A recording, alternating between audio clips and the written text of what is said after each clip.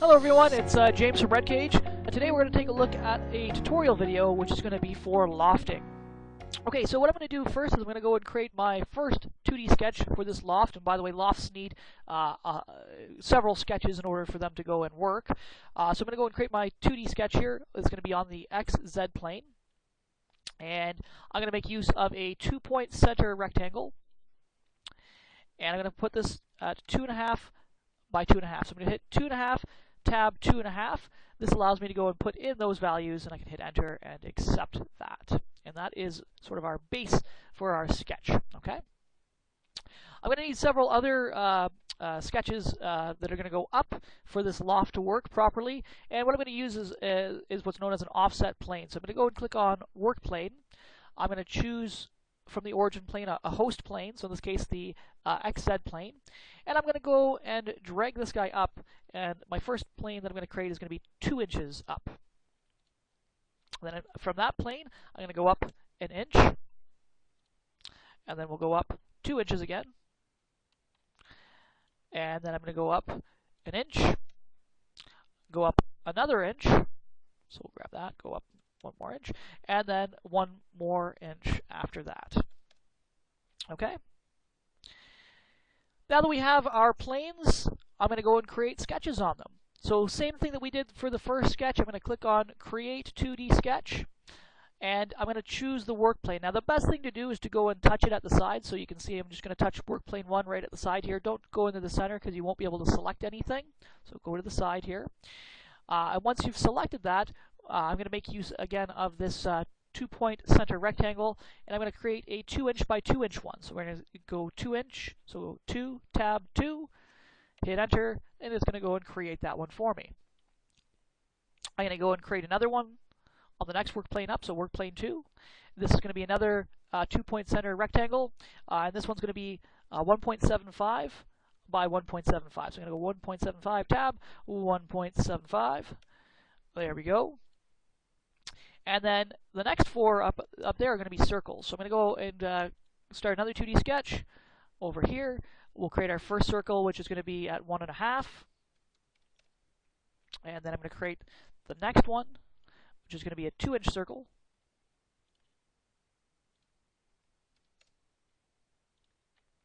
I'm going to reuse that 2 inches up on the next sketch here. So I'm going to go and create my sketch. So start 2D sketch, choose that work plane, and I'm going to make use of project geometry. So I'm going to say project geometry, pick that circle, and look at that. It's gone and copied it up here into my sketch.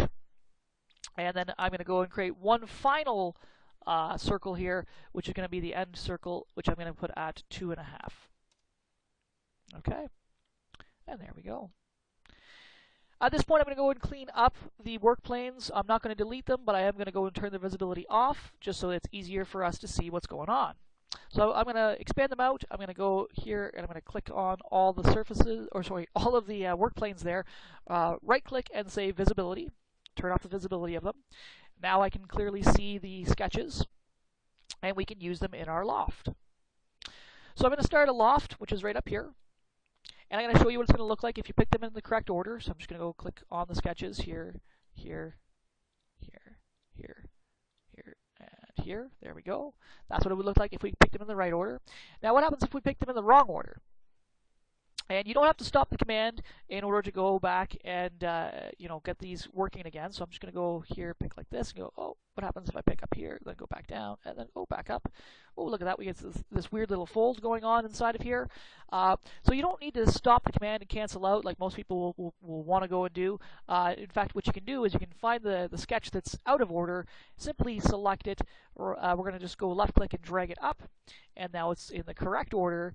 And in fact, if you wanted to, you can see what happens if you drag them into different orders, but we'll kind of end it with it at the right order here and hit OK. The next thing we want to do is clean this up a little bit, so I'm going to add some fillets and chamfers. So I'm going to start my fillet command, and I'm going to go and create my first one. It's going to be a 1/2 inch, and I'm going to pick the edges that I want. So I've actually picked the edges on the other side there. I just kind of hovered and waited for it to show up. And then I'm going to go and select one that's going to be 1/8 of an inch for the top up here, just like that, and apply. Next thing I'm going to do, I'm going to go and add a nice hole at the top here. So we're going to add a 1-inch hole for the candle to actually fit into. And I'm just going to go up here. We're going to say extrude this as a cut. I'm going to eyeball it by just dragging it down, but you can go and type in the value at the side there if you'd like. And I'm just going to finish this up with a nice little chamfer right here. Okay.